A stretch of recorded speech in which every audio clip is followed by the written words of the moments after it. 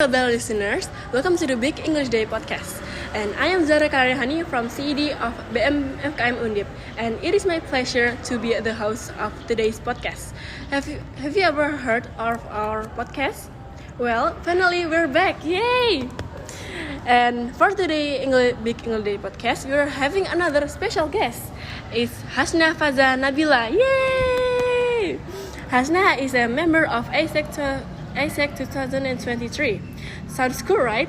Now, Hasna, could you please introduce yourself? Okay, thank you Zara and nice to meet you. Hi everyone, I'm Hasna Faza Nabila from Faculty of Economics and Business di Bonogoro University, majoring in management, and it's my pleasure to be the guest speaker for today. Thank you for inviting me and nice to meet you guys. Nice to meet you juga, Hasna. Before we start discussing our main theme of topic today, Hasna, may I ask you how's your day going lately? I'm still preparing for my midterm test and then complete my college task. Also working on my organization. Okay. Now, shall we start for our discussion for today? For today's podcast, the theme is learning English in the digital era, and we're going to talk about the importance of English in this era and in the future. So, first, can you please give an explanation about learning in English in this digital era? Alright, let me start ya. I think when we live in the digital era where every single technology has been supporting us to conduct everything that we want, it's something easier for us to learn something new, right? When we talk about English in the digital era, I think it will be easier. Why? First, I would like to talk about how the access is easier, and second, how our change to conduct something that we have been learning. Let's jump to the first one, when we talk about the access to learn. And in the digital era, there is a lot of accessibility that we have, such as online courses or learn on YouTube and so on. It's easier than maybe 5 years ago. When you have to learn English, you should go to offline courses, and maybe you have to spend a lot of money on your ride. Not only money, but also spending a lot of time and whatever.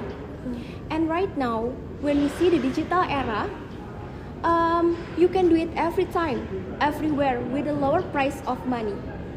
And then, let's talk about how the ability to propose something that you have been learning. As simple as you can conduct it with someone in media social, for example, for practice your speaking. It's never existed 5 years ago, right? Because if you want to propose something that you have been learning, you should face to face with someone who is fluent in English. And I think the important thing that we can get if we are learning English, we can connect with people all around the world. We can easily get a lot of information. And I can say that English is the key to make us easier in the digital era. Okay, after hearing Hasna's explanation, I would say English is very important for today's digital era and in the future. So for the next question, I want to ask Hasna, how is the learning English system in the era digital? Alright, the digital era provides many things that are easier for us to learn. Everything is easily accessible. And so guys, the key is our curiosity and our willingness to learn. Because so what should we do? Of course, take advantage of the facility in the digital era. We can use many applications in the digital era like Duolingo, for example, or we can use media social like Instagram, Twitter to interact with people who is fluent in English. And maybe you can read news from BBC International. And also, if you like watching movies, you can learn from it. You can watch movies in other languages, but for your learning English, just choose to use English subtitles. And for myself, I often use YouTube to learn English. Maybe you can watch my recommendation channels like Lana Bakley channels and TEDx Talk, or Naila Farhana channels. Those are some YouTube channels that I often watch, and it's free unless you subscribe to YouTube Premium. And once again, the key is our desire to learn and to be curious about something, because the digital era is so fast. If we don't follow it, we will be left behind. I see.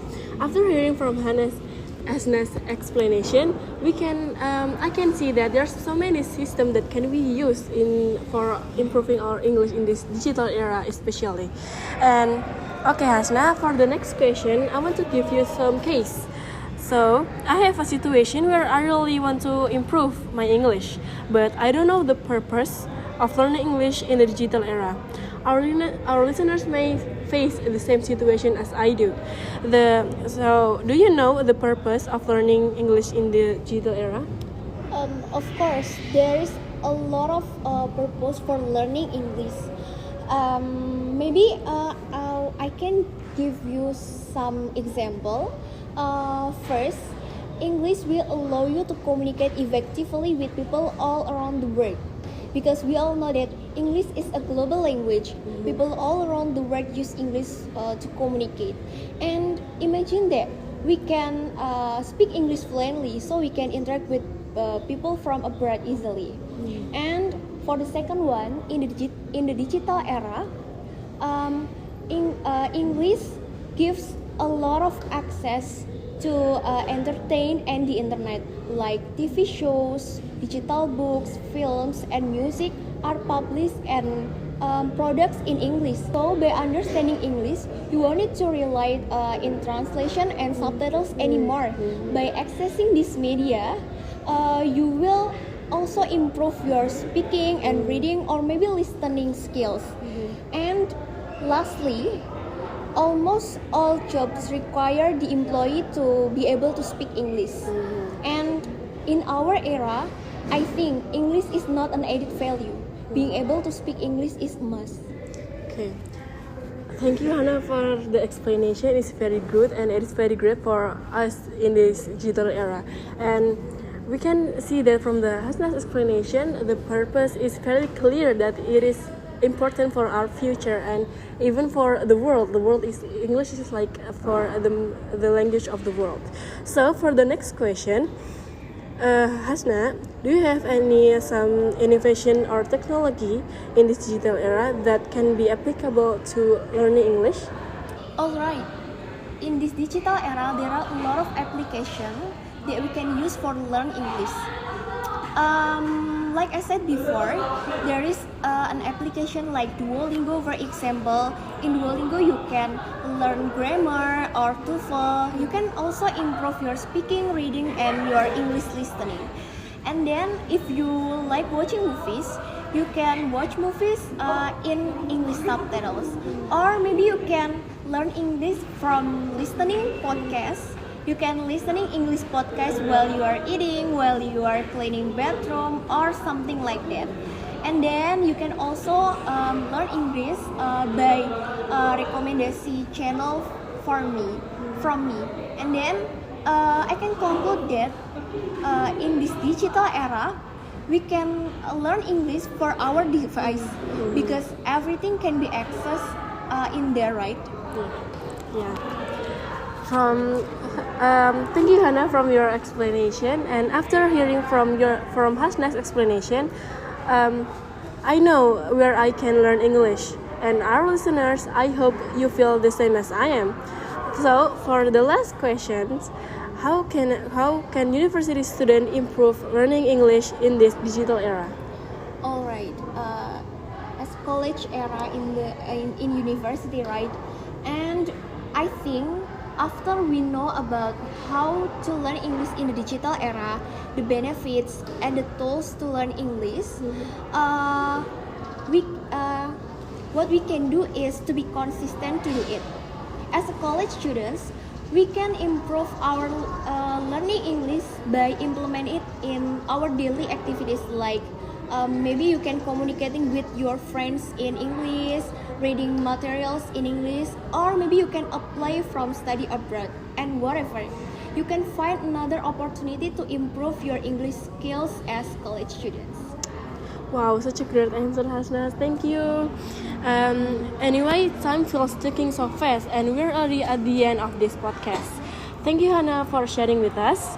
And so we can conclude that English is indeed important for our youth like us in this era and in the future. And the awareness of English importance in Indonesia is quite high. And we just need some confidence to learn it and to use it in everyday life. We can use some Hasna's tips earlier to be confident in using them in everyday life and to learn them in the midst of our university life. And finally, we're at the end of this podcast. I am Zara Kalila and I'm today's PD podcast host. And I would like to apologize for my mistake during podcast, and thank you very much, Hasna, to be the special guest for today's podcast. And wish you luck all the time. And thank you to our listeners too for tuning in today. And have a great day, everyone.